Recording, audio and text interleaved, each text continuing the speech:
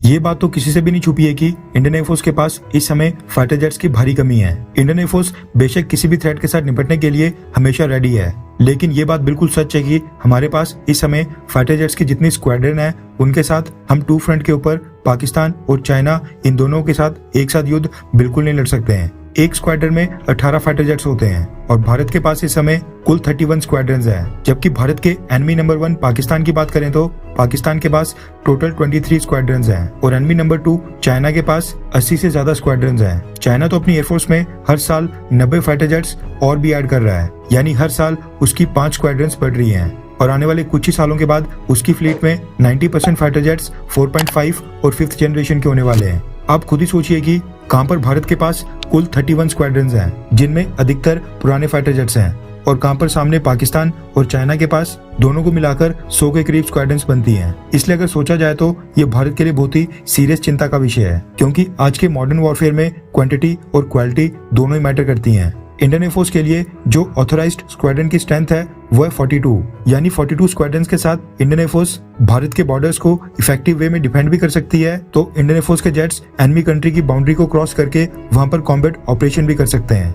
लेकिन जो सिनेरियो देखने को मिल रहा है, जिस रेट के ऊपर हिंदुस्तान एरोनॉटिक्स लिमिटेड तेजस फाइटर जेट्स की प्रोडक्शन कर रहा है, जिस स्पीड से तेजस मार्क 2 और एम का 5th जनरेशन फाइटर जेट की डेवलपमेंट चल रही है और भारतीय सरकार जिस रेट के ऊपर नए फाइटर जेट्स परचेज कर रही है, उसको देखकर तो लग रहा है कि आगे आने वाले 14 से 15 सालों तक भी भारत अपनी स्क्वाड्रन्स की स्ट्रेंथ को 31 से 42 कभी भी नहीं ले पाएगा। ऐसा इसलिए क्योंकि आने वाले 10 सालों में इंडियन एयरफोर्स के लिए ना ही नए फाइटर जेट्स परचेज करने पड़ेंगे, बल्कि जो पुराने फाइटर जेट्स हैं MiG-21, जैगवार, MiG-29 और मिराज 2000, इनको भी अगले 10 से 15 सालों में फेस आउट किया जाना है, जिसका मतलब है कि इंडिया की स्क्वाड्रन स्ट्रेंथ अगले 2 दशकों में भी 31 से 32 के आसपास ही रहने वाली है। इसलिए सवाल ये पैदा हो गया था कि क्यों ना ऑथराइज स्क्वाड्रन स्ट्रेंथ को ही 42 से कम कर दिया जाए। सरकार तो इसके फेवर में होगी, लेकिन ऑथराइज स्क्वाड्रन स्ट्रेंथ को कम करने के खिलाफ हमारे Indian air force chief VR Chaudhary सामने आकर खड़े हो गए हैं। रेफरेंस के लिए आपकी स्क्रीन के ऊपर न्यूज 18 के आर्टिकल का स्क्रीनशॉट है, जिसके मुताबिक Indian air force chief VR Chaudhary ने कहा है कि इंडियन एयरफोर्स अपनी 42 स्क्वाड्रन्स की ऑथराइज स्ट्रेंथ को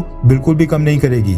24/7 यानी 24 घंटे दिन रात कॉम्बैट एयर पेट्रोल के लिए हमें नंबर्स बढ़ाने की बहुत ही ज्यादा जरूरत है। एयरफोर्स चीफ VR चौधरी ने कहा कि उन्हें पता है कि अगले दशक में भी 42 स्क्वाड्रन स्ट्रेंथ को अचीव करना बहुत ही ज्यादा डिफिकल्ट है। कई सारे फाइटर जेट्स फेस आउट होने वाले हैं, लेकिन हमारे पास बहुत ही बड़ा जियोग्राफिकल एरिया है। VR चौधरी ने कहा कि उन्हें पता है कि दुश्मन के साथ कॉन्फ्लिक्ट में बस क्वांटिटी मैटर नहीं करती, यानी क्वालिटी भी मैटर करती है, लेकिन जब लड़ने के लिए बहुत ही बड़ा जियोग्राफिकल एरिया हो उस समय क्वांटिटी भी मैटर करती है। हमें 24 घंटे सुरक्षा के लिए स्ट्रॉन्ग एयर डिफेंस कैपेबिलिटीज की जरूरत है। जो हमारे पास अभी नंबर्स हैं उनके साथ 24 घंटे सियाचिन से लेकर ईस्ट में कॉम्बैट एयर पेट्रोल और एयर डिफेंस वॉच को मेंटेन करना बहुत ही इम्पॉसिबल है। अभी की सिचुएशन को देखते हुए हमें जो जिम्मेदारी दी गई है उसके लिए जरूरी है कि हम नंबर्स को बढ़ाएं। उन्होंने आगे कहा कि जैगवार की 6 स्क्वाड्रन्स, मिराज 2000 फाइटर जेट्स की 3 स्क्वाड्रन्स, MiG-29 की 3 स्क्वाड्रन्स, यानी ये टोटल 12 स्क्वाड्रन्स 2035 से पहले फेस आउट की जानी है। उनके साथ साथ प्रेस कॉन्फ्रेंस के दौरान